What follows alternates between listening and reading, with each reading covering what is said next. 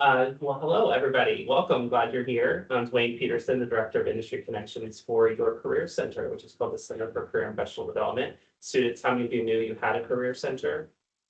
Okay, good. Okay, good. We're in the Student Services Building, second floor, 2088. Thank you for being here on this rainy evening here. We've been waiting for this program all semester. This is part of our industry conversations series, where we invite employers and professionals from different industries to share their stories and to share advice with you that can hopefully help you in your career journey and the decisions that you're facing as students. And tonight's conversation is about psychology. I think when we think of psychology, you're studying the human mind, human behavior, right? It certainly seems applicable to all kinds of things. Maybe you've been told that, but what does that actually mean? How do you actually use your psychology degree to actually transition successfully when you graduate? And what if you don't want to go to graduate school? And what if you don't really want to do psychology forever? What does that mean for your degree and how valuable will that have been for you, right? So those are the kinds of things we're gonna talk about this evening. So we're gonna start by having each of our wonderful panelists. We've got four amazing panelists representing four different organizations to introduce themselves.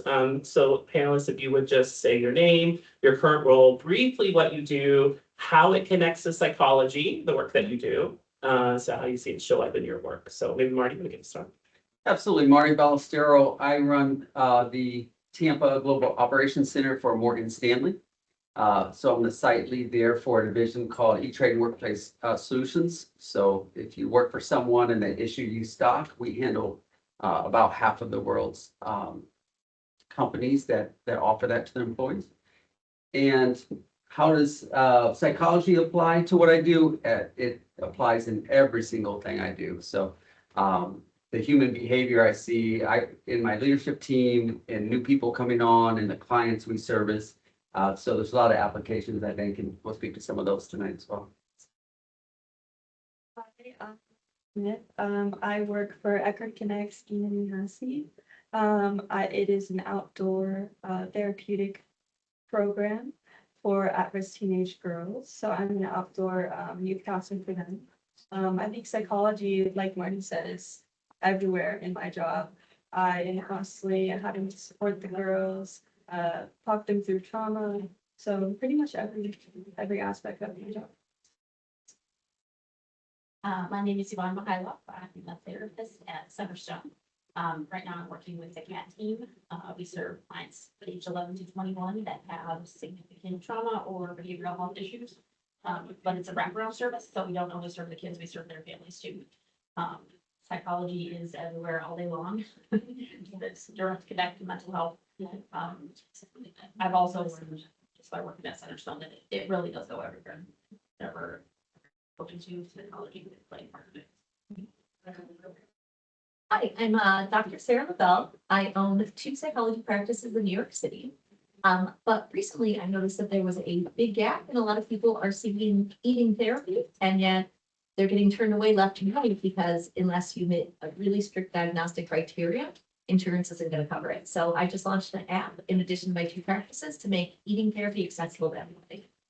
And that's when you see psychology show up in everything that you do. Psychology shows up in everything I do, from dealing with my employees to trying to educate the world of tech on what good therapy looks like in the real world, and how we can better create systems within technology that actually serve people in an ethical and responsible way. That's amazing thing. Well, we're going to touch on 3 themes today, okay, as part of this conversation. And then we're going to leave room for students and guests to ask questions of our panelists as well. And then we'll close this. So we'll finish around 6, okay, for this conversation. So why don't we get started with our first theme, which I'm sure students are thinking about, is what's life like after graduation, right? Natalie, I know that's something that you experienced more recently than others, right? But I know that our other panelists certainly remember what it is. So why don't we have all of you take a stab at this question? Why don't we start by having you describe your transition from college? What was that first role after graduation, and what was that like for you? So maybe Dr. LaBelle, you'd start, and then we'll just work our way down this way. All right, so I went to Ohio State in undergrad and worked at the Cheesecake Factory to support myself. when I moved to New York City with an undergrad degree in psychology, it's kind of hard to find work, but I did find work in marketing research because I'd done so much research in undergrad. It lent itself to be able to do that, and it created a great foundation. So then when I went back to graduate school, I was able to kind of use my experience, and I'm actually grateful that my time in marketing helped develop the skills that I could later build my psychology practice. So believe it or not, I am a recent grad. Graduated.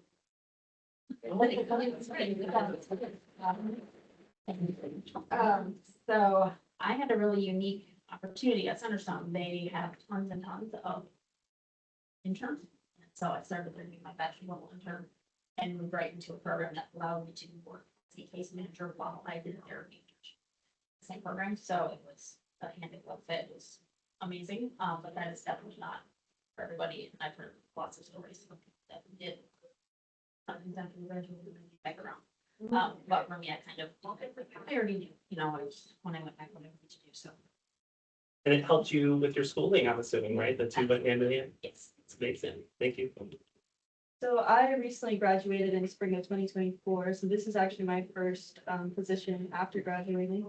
I think for me, like it was very difficult to find a job in the field, especially since I didn't have that much experience, and most places wanted up to like 2 years of experience, and I was like, okay, like how do I get in the field? I want to help people. I want to, be there for people. And so this job was perfect for me because I was getting 2 years of experience. They didn't need any previous experience, and it's exactly what I want to do. I want to help people. So I took a little bit of a novel path, I think. I started my college career and really just went part-time. I decided I want to get married, I want to have kids and start a family. So I graduated finally in 2014 with my psychology degree here at USF. But how I kind of navigated that time is I had an interest in entrepreneurism and tried my hand at that. Some days better than other days. And so I navigated that for about 10 or 15 years. And then moved forward into the financial services industry. Back right about the time I graduated from USF, I thought, all right, now time to do something with this career, with this education. So then I launched into the financial services career where I've been about 20 years with that. Awesome. That's awesome. Well, so Yvonne and Lily, let's talk like a little bit more about sort of jobs that you can do with your bachelor's degree. I think, certainly I think psychology students usually know about pathways like yours, Doug Lavelle, where you can go on to graduate school and become a clinical psychologist, but that there is work to do with a bachelor's degree related to mental health. Would both of you share a little bit more about the work that you do and sort of how you've been able to apply your bachelor's degrees to that work? And I know, Yvonne, that led for you to continue your education. So maybe take a little bit more about those roles that you've had with your bachelor's degree, as you're working on your bachelor's degree, with your bachelor's degree, and the work that you did there and how that related and how you found that work. I can start. So, honestly, there is a ton of work to be done, bachelor's level, in things like case management, and it's really everywhere. It's not just at mental health agencies, it's at places like the Salvation Army, just different organizations in the area that work with populations that are underserved. And one of the classes that I had in undergrad, they made us go into the community and find all of the agencies that we could that dealt with social services. And it was hugely eye-opening to me. And a lot of them took the case manager role or something similar, behavioral health tech or something like that. And so I think a lot of my classmates found opportunities for their internships in places that you would not have expected necessarily. So I think you just have to be, keep your eyes open, and be curious. And I think my job currently as an outdoor youth counselor is a perfect example of this. I think it's something that people wouldn't naturally gravitate to in the psych field maybe, but it's hands-on. You're working with teenage girls for me, and every day I am helping be a support for them. I am helping them with their schoolwork. I'm helping them work with like hygiene and like things like that, and just everything. Now, what's interesting about you two is different kinds of clients, different kinds of working environments as well. Was that a surprise to either of you in terms of where you thought you might end up working? I raised a family before I went back to school. And I never in a million years would have thought I'm gonna go work with teenagers because I did that already. But actually, I love the population, I love kids, I love being able to work with families, right around is a really great concept. So, yeah, I did not expect it though. I think not really for me. I always kind of wanted to work with teenagers, and I think working with girls is something I can obviously very much relate to. So I can sympathize with them with their struggles and what they've gone through growing up. That's great. And now thinking about changing environments, Marty, I mean, your career took a shift as an entrepreneur into financial services. I'm not sure that a lot of psychology majors would be thinking about that at this moment. Walk us through what that change was like for you. Did you instantly make the connection that psychology was going to help you succeed in this career? How did you make that decision and how did you make that connection? I didn't originally, but looking back, I should have. So I just had this interest. I thought a stockbroker sounded super fun to do. I thought I'm going to be in front of 9 screens staring at numbers and hollering, sell, sell, sell. But that part of the industry passed about 60 years ago. Now everything's ran by algorithms and it's really human behavior. The observation of human behavior, the management of human emotions is really what drives the industry now. That the really hardcore data part of that is driven by teams that are really solely focused. So I just initially got in because a friend was in it. Once I got in, I actually really saw my career grow quickly because I was inclined to what motivates people, what interests people, how can I solve the problems that you are struggling with so you can be successful in your role. And that focus on development of people, the human behavior, the human emotion, exponentially grew my career. And now if I look at the people that report up through me, it's you'd be surprised at the amount of people that are psychology or finance. You're going to, of course, have finance, but that's by far and away the two highest components of the people that not only are closer to me in the leadership team as they come up the ladder, but that are coming into the industry. Certainly finance degree, it's going to be part of it, but you're not sitting there doing calculus.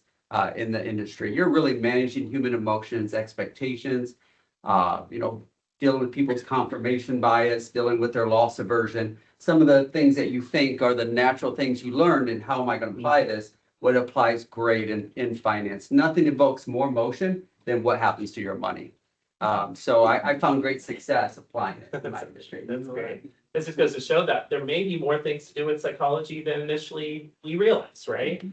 But Dr. Lavelle, let's turn to you for a second. So, you became a licensed psychologist, clinical psychologist, I believe, right? But interesting, you had this career before you went back to school. Yeah. And I hope you'll tie that in a little bit more to help us understand how that helped you. But I think that may be a career path that a lot of psychology students are more familiar with. What are some things about that process that maybe students don't know? And what was it like for you? Oh, about getting into a PhD Yes, or yes. the whole process of The- getting your PhD? well, yeah, I think- I mean, there's a lot to know about it. I mean, first of all, you have to make sure that it's worth it for your own career goals. I'm not somebody who says, hey, a PhD is just necessarily better. I know people who are mental health counselors, that have amazing private practices that are sober booked, that they're turning patients away. I know with people with PhDs who, kind of can't figure it out. And I'd say the biggest thing is, I do think PhD is worth it if it aligns with their goals. Meaning, either if you want to stand out in terms of practice, or if you want to be a professor, you need the PhD, or if you want kind of a higher rank within a hospital. But I would make sure that it's worth it. I think it's only 2 to 3% of people get into a clinical PhD. If you read the books, it actually says, have you ever thought about med school? That might be much easier. Wow. And what people don't tell you is you have to make connections. It's still, I mean, I'd rather be honest with people, right? I mean, the world is still about who you know. So I navigated doing a lot of volunteer work in different kind of research places. So I did research at NYU, I did research voluntarily at Adelphi, kind of almost any place I wanted to apply. I just found a professor and said, hey, can I do free research for you? And that's a big in, is kind of making those connections because you're gonna be competing against so many people. And when they know you personally, it's gonna be helpful and you don't need to naturally have those connections. You can make those connections. And I'm curious, when you were graduating from college, did you think you would go right into graduate school? Or tell us a little bit more about why you decided to take this sort of gap year experience in market research and how did that, I mean, how did that impact your success at, once you went to graduate school? yeah, so, I never thought I was gonna move to New York City. I never thought I'd be able to afford it. My friend said, hey, look, you don't need a car here. You can have 3 roommates and, you're gonna wait tables in Ohio until you find a job. You can wait tables until in New York City until you find a job. So I took a one-way U-Haul. I moved to New York City. I started working at a steakhouse. I don't even know if I really considered graduate school at that time. I was just kind of scrappy and trying to make ends meet. I wasn't very good at marketing research, so I got fired. And as you do, but luckily I'd already applied to NYU to do a master's part-time. So I did that full-time. I did real estate to try to kind of make ends meet at that time. In this time, I got very into meditation. I did some volunteer work in Cambodia and spent some time in Southeast Asia. When I came back, I was like, okay, I opened the letter and I got accepted into a PhD program, which I didn't think I would. And then my next thought is, how am I going to afford this? I could barely make ends meet in New York City. So I started a side practice that was combining hypnosis and meditation for everyday issues. And I paired with psychologists, so they could start referring to me. I rent office space just an hour at a time. So somebody would call the book with me and I'd say, great, Thursday at 4, let me just confirm, this other person, and I'd have to call the space and be like, can I get the room? So I think I like to tell people this story because I think there's so many people that think that, finances are gonna be a hurdle. And PhD programs are ridiculously expensive. You take out loans, you'll pay them back for the rest of your life. But if it's what you want to do, I sit there and think like, I don't even think about the loan. Because if you're paying, you always have to pay back a percentage of your income, and it got me to where I wanted to be, and I feel very fortunate that we have these options, and you can be, and you can figure things out.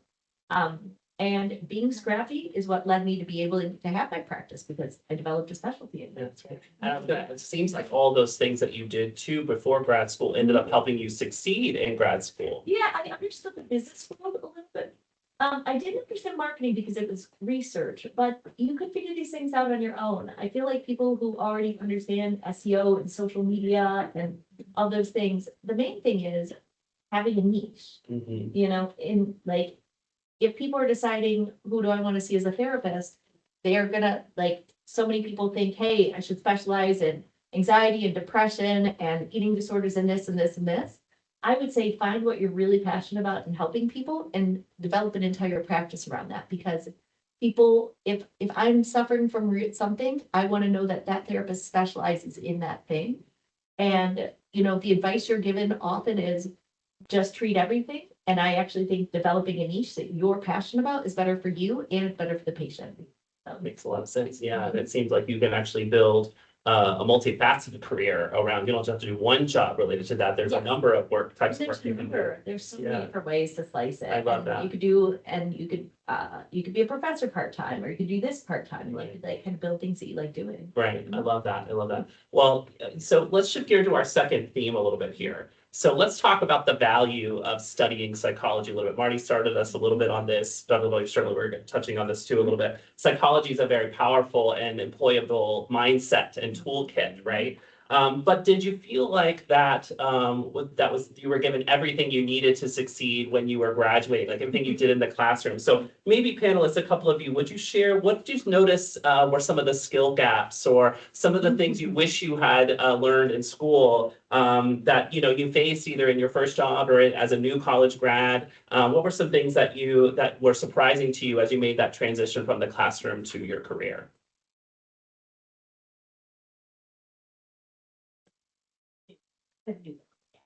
It's one thing to learn about a theory and talk about it in class, it's another thing to sit with the person and have a conversation. So I wasn't surprised by it. I think the thing that helped me the most was taking super advantage of supervision and all of my colleagues being like, help me with this, this is where I feel like I'm at I don't know what to do, where should I go with this? So I think it's just continuing. You can't come out of the program and be like, okay, I graduated the end. No, actually, it's the beginning.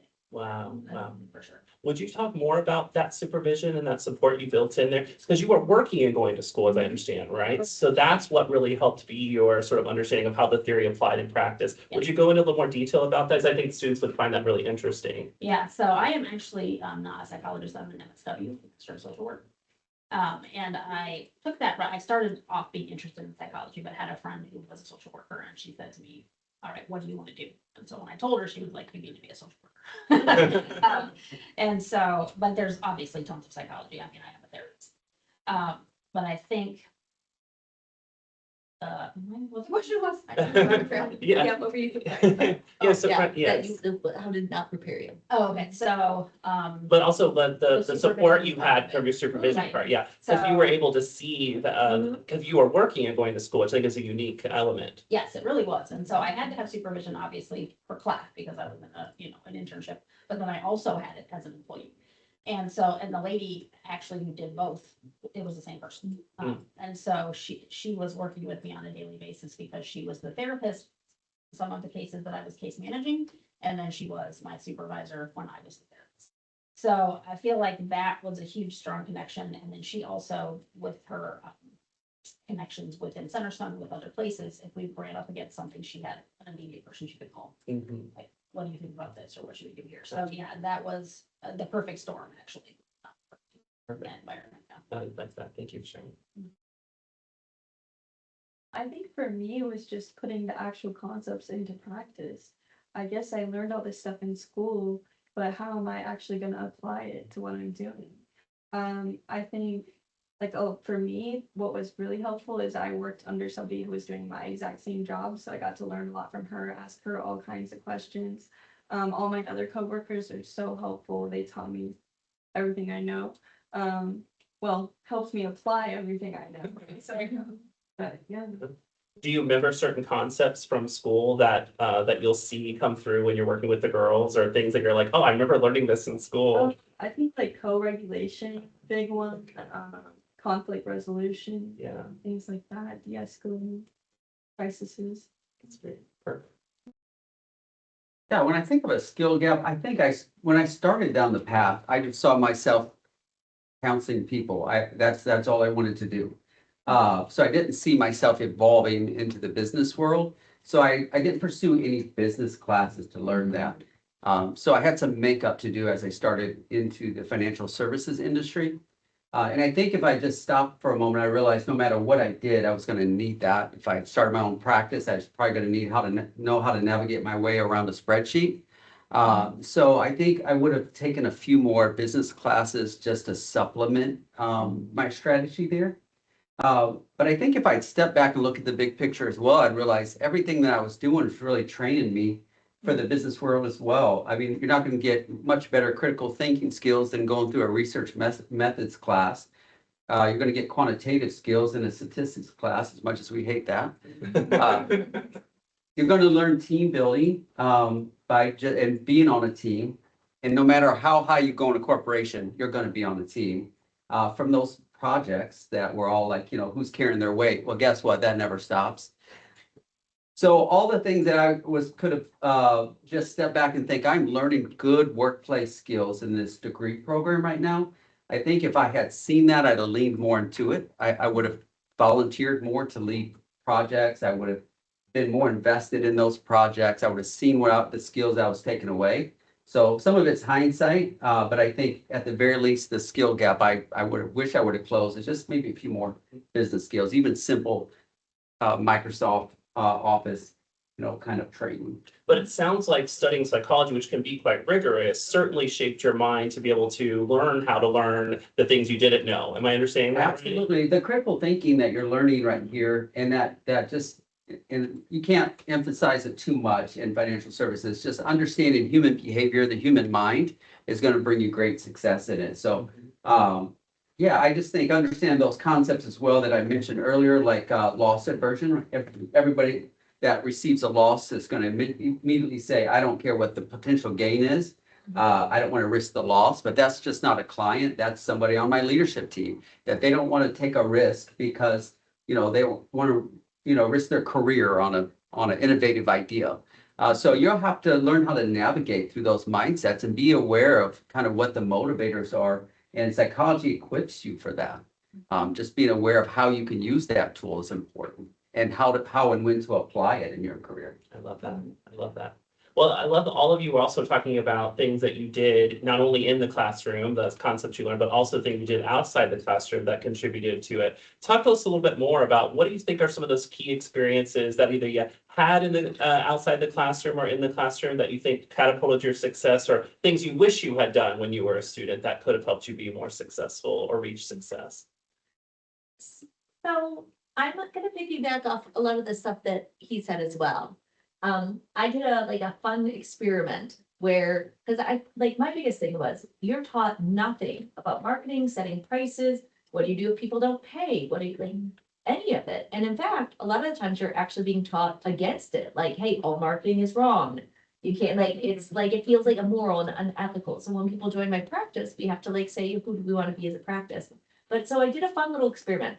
I took a 12-week coaching program and compared it to an 8-year PhD program. And I asked who would be better prepared to start their own practice.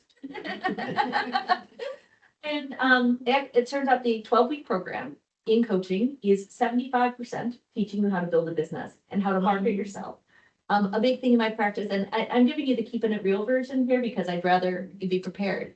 And they say things like, if you believe you're an expert, you're an expert, you gotta put yourself out there as what you're talking about. The field of psychology says you cannot call yourself an expert unless you've written 10 books. And and so we're always kind of trying to navigate that. Look, we have PhDs and we specialize in this thing. And even people new, freshly graduated are always like, oh, I can't call myself an expert. And it's okay, well, what's moral then? What's moral and what's ethical to call ourselves experts because we have doctorates, we finished our training, and we know a lot about this stuff. When our field says, unless you've written 10 books, you shouldn't call yourself an expert. But if all these coaches out there call themselves as experts, we're almost fooling the public by not calling yourselves experts, right? And trying to get over that emotional hurdle of, can I call myself an expert? Do I feel equipped to say that? Can I put myself out there when the field doesn't push it as much as other fields do?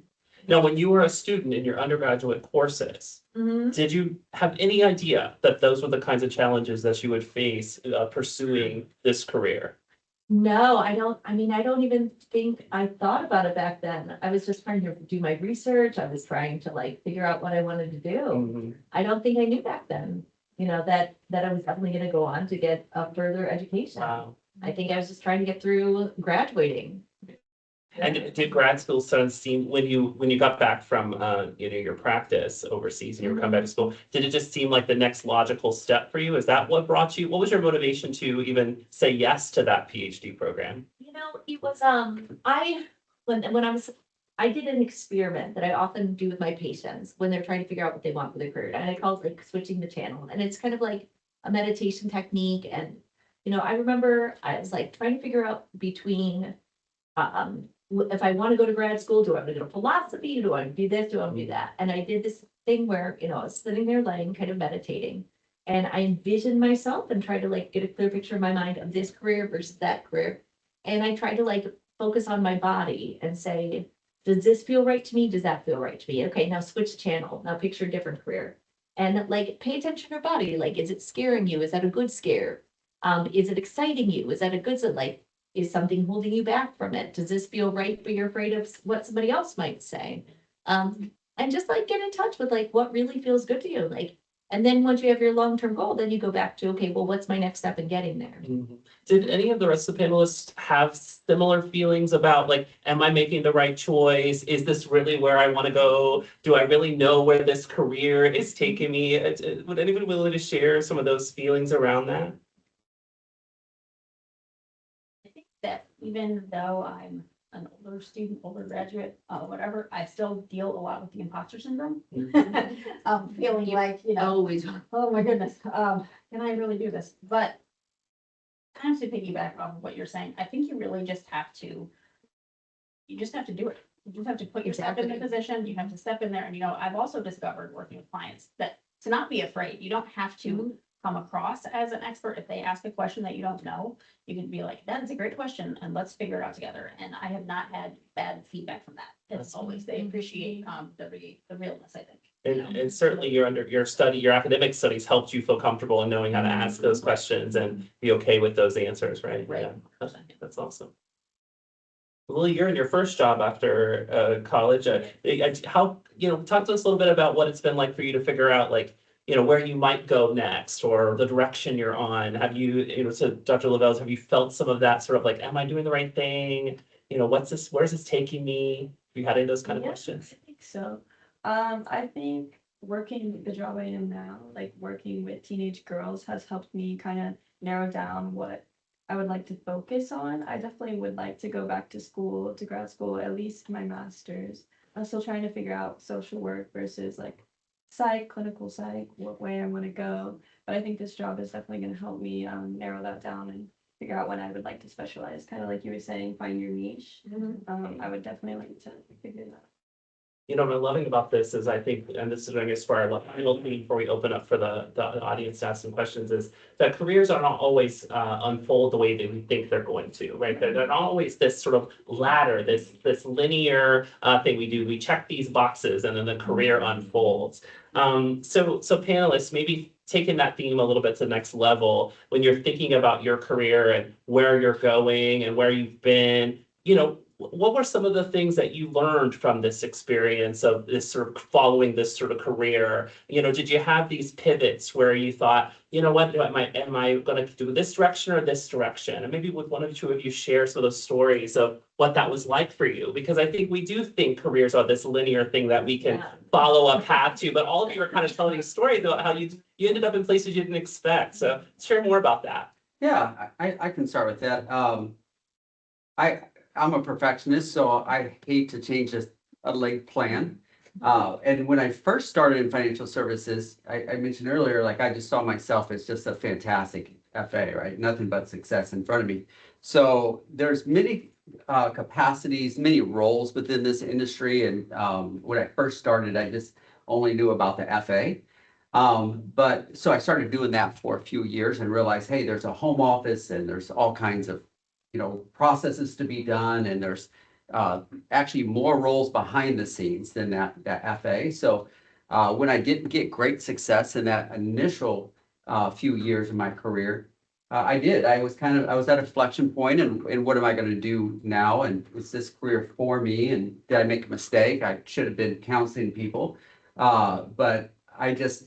And I would encourage all of you, we all know this, but you have to be easy on yourself. We're all harder on ourselves than anyone. Give yourself some grace. There's going to be some moments where your plan doesn't go just as you laid it. And I applied at a home office and just started down a path working in a more operational role. And I really found my niche there. And it wasn't 4 years out of college. It was closer to 20 years out of college, frankly. So as I found that and found leadership and development of leaders was my niche, I really hit my stride. But at any point, if I hadn't had a little bit of grace in myself, willing to pivot when everything told me I should pivot, if I had been stubborn and said, no, this square fits in this circle. So I might not have arrived in the role that I'm working today. So I think have grace in yourself, be willing to pivot, adapt. And the good thing about it is the discipline that we're all studying adheres and teaches us that as well. That adaptability framework is very important. Are there other thoughts on this? Things you didn't expect? Well, let's Marty, you talked about how it was sort of, you had moments where you were trying to figure it out and you took different steps. I've heard a number of you say this. What role did people play in your career journey? Did you find that you had people around you that helped you, gave you opportunities, helped provide you advice? What role did people play in your journey there? Well, I think it came down to my support group. So if the people around me had been like, hey, you weren't successful there, because they had seen me be successful in other things I'd done before, entrepreneurism. So when this wasn't working well, I think it'd been real easy for someone to kind of discourage me out of there. And imposter syndrome, you mentioned that earlier. I think that's something that probably all have tried to navigate through before. So I think that support group just saying, hey, like, stick with it. and even seeing things in me that I didn't see in myself, like, hey, you like leading people. I was volunteering just on my own on the side, doing some things that involved leadership and teamwork and all those kind of real like functions of humanity. And they encouraged me to move into that as opposed to a sales and business development role, which I've been used to and had a modicum of success. So I think that support group just continue to say, hey, you can do it. It's not too late to start over. And encourage me towards that. And I just, something I want to add that you've mentioned that it really resonated with me. I can't tell you how many times I sat down in my industry with a leader who's uber successful and they're second guessing how they got there. Maybe I had a high performer on my team and got there. Maybe I luckily checked a box and got there. But just being confident, realizing success can come through you. So allowing ourselves to have grace, accepting that, moving through that imposter syndrome, accepting success, I think is very important. So it's simple as that. Nothing more complex to me than having a really good support group, people you trust, people that you allow to speak into your life frankly, directly, but certainly with love and care. Do others of you have support groups or folks that gave you opportunities or that you act as a sounding board, mentorship? What's that look like for you? That's definitely true. And since I came out about it kind of backwards, my support group was more like, hey, have you noticed that people always want to talk to you? They're asking you for advice. Have you thought about that? And I really always have, just always worked with people and a lot of it was volunteer. We lived for a while, my family and I lived in a very difficult area, we lived in Flint, Michigan, so there was a huge underserved population. And I did a lot of this volunteer work with them, and so as I was, getting to the end of raising a family, thinking about, I don't want to just go lay on the beach, it was the next obvious step, and I did have a lot of people around me kind of bolstering that up for me. Well, you want to say something about that? I was just gonna say quickly, I personally feel very grateful. I feel like I had like a lot of individual people who always stand out in my mind.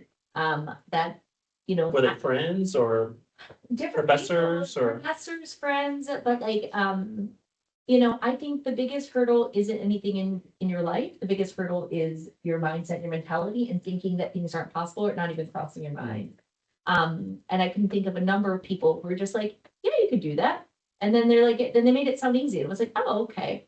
Like I'd already mentioned my friends who like, you could just move to New York City. I'm like, I can't move to New York City. Did the math. I was like, I guess I can. And then I was like, I can't get into a PhD program. And it was just one professor who was like, sure you can. Let me connect you with this person to do some research. And, it's like all those people, those like aha moments when somebody just almost like gives you permission to like allow yourself to do it. I think those can create these big shifts. Who do you think about being a student again? Were there, how can students build that support network Your now? professors, you'd be surprised how many people, just even on LinkedIn, maybe the CEO of a huge company isn't gonna reach back out to you.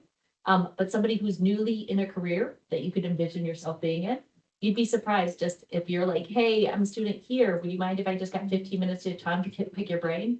And then later on, they might remember you for a job opportunity. People are a lot nicer than you realize. Just, try to find people who are like in a more similar range to you are. Again, don't try to contact the CEO. Try to contact those people in the first few years of doing something that you'd like to be doing. If I could give one piece of career advice, this and 2 cents and you'll have 2 cents.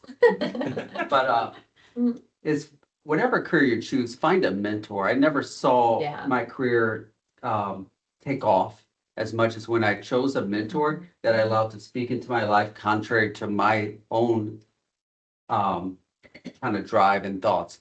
So someone that you allow to tell you you're wrong, someone who you seek out them to calibrate your thinking. I think somebody like that can really change your trajectory, the blind spots you don't recognize about your own personality and your own approach. They can point those out. So difficult to find, and it may take you a while, but when you do, I think you found a good thing. So no matter what career path you choose, if you can find a mentor that you allow to speak that doesn't agree with you on everything, I think it's very important. And someone whose advice you respect, someone of high character, I'd recommend. That's one piece of advice. If I wish someone had given me that, I didn't realize the value of that when I was younger. I think I would definitely have appreciated that in my career. That's really great. Well, audience, we want to open it up to you to ask some questions. We've talked about a lot of themes tonight, everything from, careers or the collegiate unexpected directions. Psychology is a very powerful mindset and toolkit, lots of different themes. What kind of questions do you have? Would you like to ask the panelists? Yes, go ahead. Hi, my name is Lee.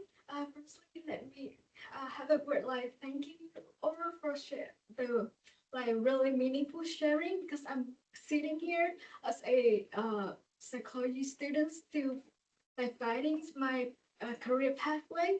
I hearing all the sharing that you guys you shared today, and I was mesmerized.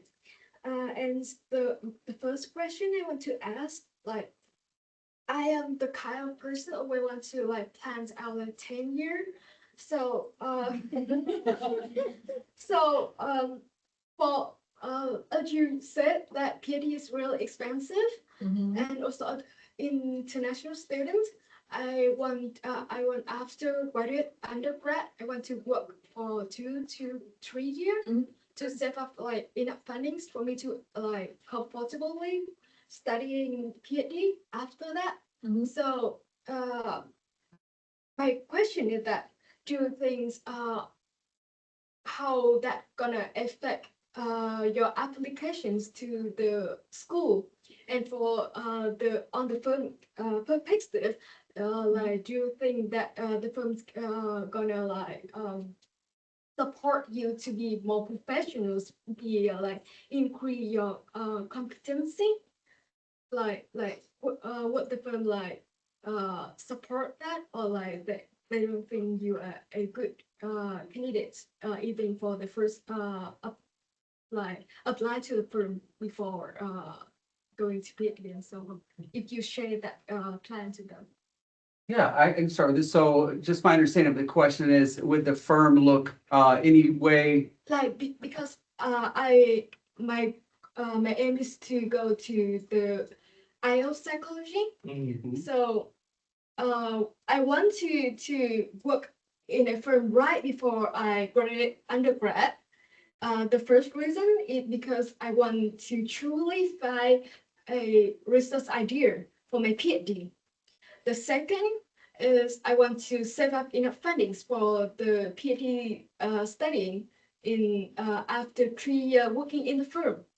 So if you are a recruiter, how if I share that plan to you, how that gonna affect your perspective, how you gonna things about my commitment to your firm. Yeah. And for the This is really good. Yeah. perspective, do Yeah, you that's think great. that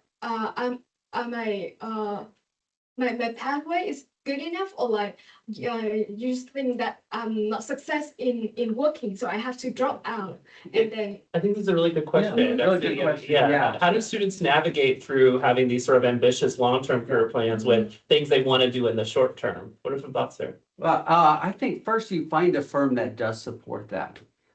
Certainly I'm going to be biased towards Morgan Stanley. So there's a few other firms out there, but I don't know their names, of course. But I think whatever firm you go to, I think you select your firm based on those who are going to support that goal. For instance, Morgan Stanley would encourage you to come in and spend those years and then finish that out, and then would offer you an opportunity to return after a bridge. We have programs solely focused on that, where we get people education, or we put them in internships, they go and finish their masters, they come back. So I think most firms now understand the dynamic work environment that we all live in, that lives have a lot more complexity than maybe everybody thought they did, 60 years ago. So most firms, especially firms that are actively recruiting and trying to bring brilliant minds to it, it's going to allow you that flexibility. I would suggest you choose a firm that would allow you that, because there are many out there. Yeah, but the recruiter, I would say go ahead and disclose it to the recruiter. My opinion, again, another 2 cents here. If that recruiter says, this is not for you, then I think I would continue looking for a different firm there. So just my suggestion, but I would absolutely disclose it. There's some that it would be an impediment to you moving forward, but generally if you're going to lead a large team or something, they might want you there consistently. But if you're looking at beginning your career somewhere, that fluidity should be allow. And certainly Morgan Stanley allows that. I just want to caveat for everybody, it's, MBA programs tend to follow that and they tend to encourage it. IO psych tend to. Clinical programs, they're gonna want you to be fully committed. So it'd be very rare to find a program in clinical psych that would let you have an additional full-time job. They're gonna have set curriculum and they tend to not want you working at all. They might let you do things on the side, but it's very different for MBAs and IO psych or anything in the business world. In clinical, they tend to want you to be there pretty much full-time and you don't have flexibility in the curriculum. It also sounds like that first job could end up being, it could look a lot of different ways, right? It Yeah. doesn't necessarily have to be related to psychology, Yeah, right? like MBAs now actually insist that you have several years. Right. Like it's like very, it's very hard to go. And even clinical programs, I think our average starting age was like 27, 28. Okay. So, it's not gonna look bad, but it's not gonna lend itself to it the same way that like an MBA would or an IO psychology degree. And I think as long as you're probably genuine in the desire to do that first job, that work, I think they'll be excited to know that it fits into a larger picture, right? You're not just doing that because you want to get another role, right? But you actually have a genuine interest in that particular line of work and can see how it connects to the next step, right? Yeah, and many employers will contribute to your education Yeah. too, if you're into one of those programs. Exactly. Great question. Were there other questions? Yeah, go ahead. It's more grad school related. Would you mind, can you remind me how to pronounce your name? Dr. Oh, Lavelle? Lavelle, Yeah. sorry, I didn't hear it very well. Yeah, I'm Sarah. You can call me Sarah too. Okay, thank you. But what did you specialize in your PhD program? So within the PhD program, you tend to not be able to specialize so much. So you're really, when you get out or during it, you're gonna want to choose internships or externships that are gonna be tailored at the things you might be interested in. Because I had this side career, people started gravitating towards me specifically for issues around food. So I ended up developing a specialization in eating disorders. But that's more through kind of you'll get that more through the externships than the internships and even like postdoc placements, as opposed to like getting to choose it in the curriculum for the most part.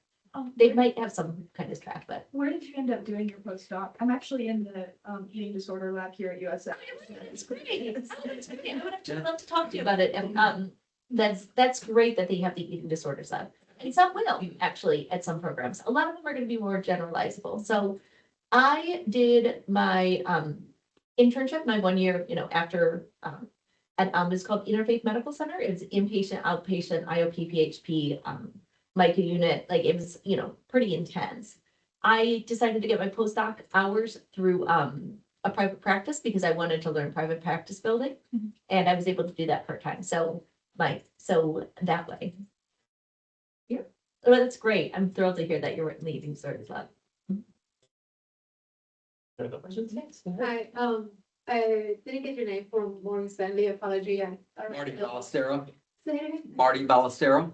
Martin? Yeah. Nice to meet you. Yes, ma'am. I actually have MBA and Master in International Corporate Finance, so I did finance first, and now I'm graduating into the undergrad in psychology, and I would love to know what role would kind of like combine both of this, rather than just, oh, you'd be a good financial advisor because you can understand people. If there is something like what other roles are there? Yeah, so financial advisor, for instance, Morgan Stanley's, just to give our firm, for example, but you can extrapolate this across the industry. We're about 90,000 employees. Only 15,000 of them are FAs. The rest of it all home office driven. So I actually have similar, I have an MBA in organizational leadership that I went to afterwards. So I think combining the psych and combining the MBA will put you most likely on a leadership track.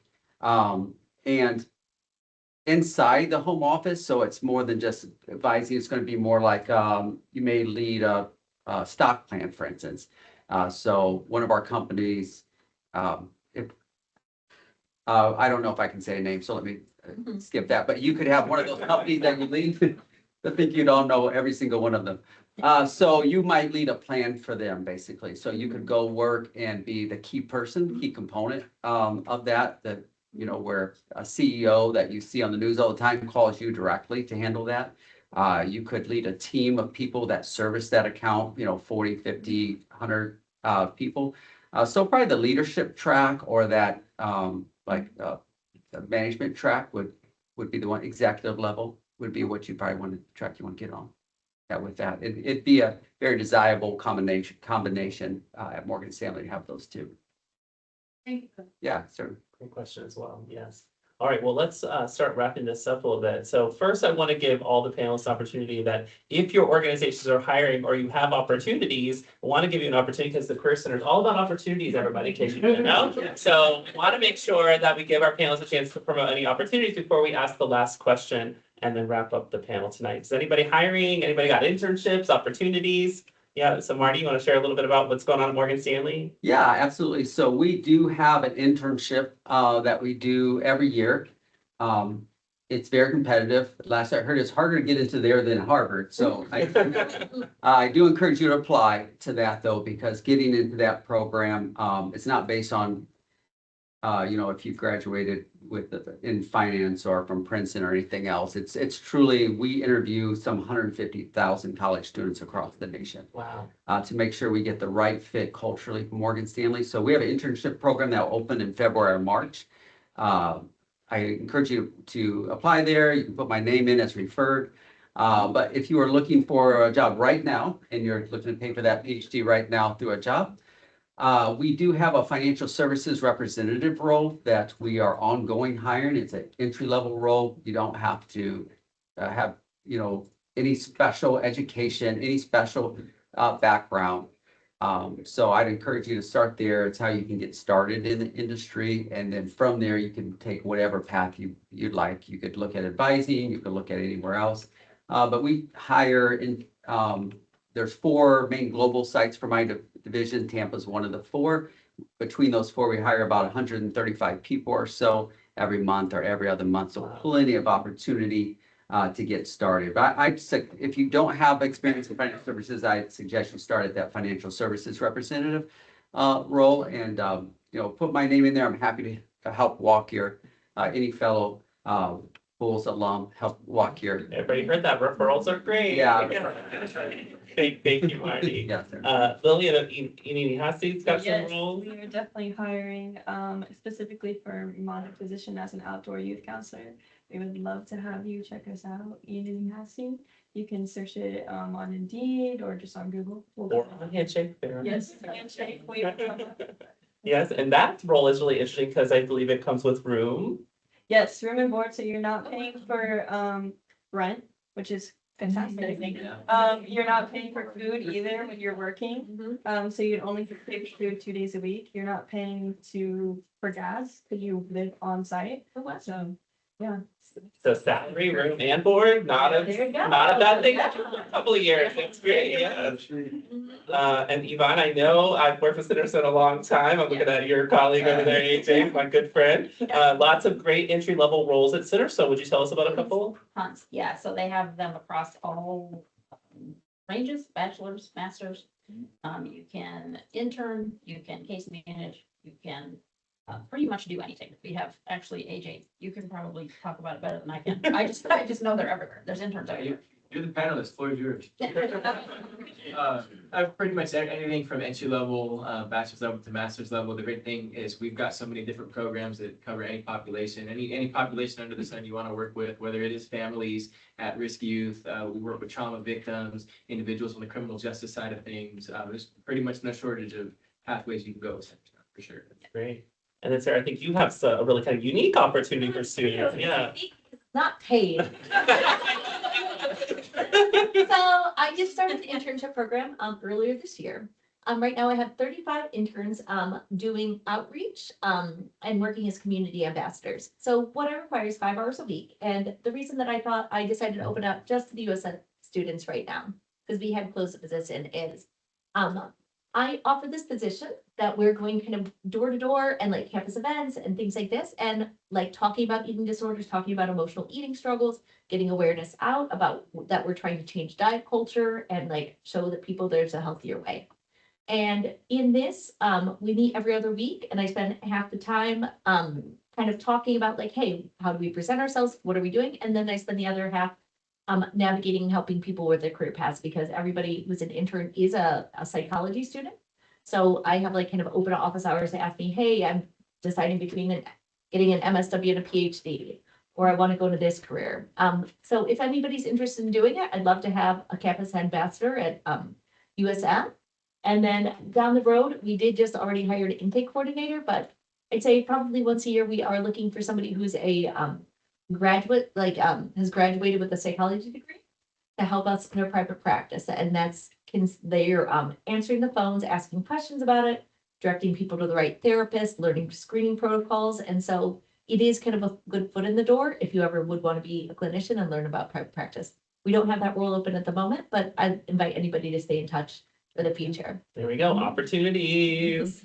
All right, panelists, here's the last question for you, and it's a tricky one. I'm gonna look for you to get started on this question if you don't mind, because you, as the newest grad at the table, remembered what this was like very freshly. So if you all could go back and give your undergraduate self a piece of advice that could have helped you with your career exploration, with celebrating your success in some way, what would it be? Honestly, don't pigeonhole yourself. Do not be this narrow about it. Like, take a risk. Do something that you think you might not like because you might actually end up loving it. And there's, people all across children that you're going to work with that will help hone you into the direction that you need to go. So just start broader and not more narrow. For me, it would definitely be networking. I wish I would have talked to my professors more, got to learn a little bit about their expertise and seeing where they started and where they are now and the things that they would recommend for me to do. Also working in a lab, definitely getting those lab hours in would be our choice, yes. Yeah, I think it'd be patience. I was quite maybe obstinate and brash. I think just patience to say, follow things through, give it a chance to work, let your decisions marinate a little bit before you pivot. I think I turned over a lot of stuff that could have been successful if I hadn't done that. So I'd say just patience, and things fail, just realize that's what they're meant to do. And if you keep walking, they'll probably turn around for you. So just a little bit more patience, I think. Take us home, Sam.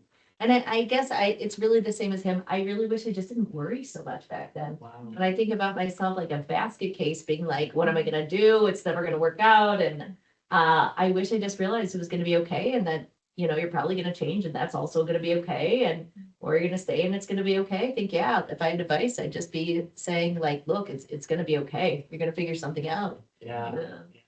Well, if I'm taking one thing away from this conversation is that maybe the journey is just as important, if not more important, than the destination. That's what I'm hearing a lot of you in your stories. So, well, thank you all so much for being here. And please give a huge round of applause to our panel. Thank you. Please also take a second to also applaud this wonderful Career Center team who helps put these programs on for you. Please give a huge applause to them.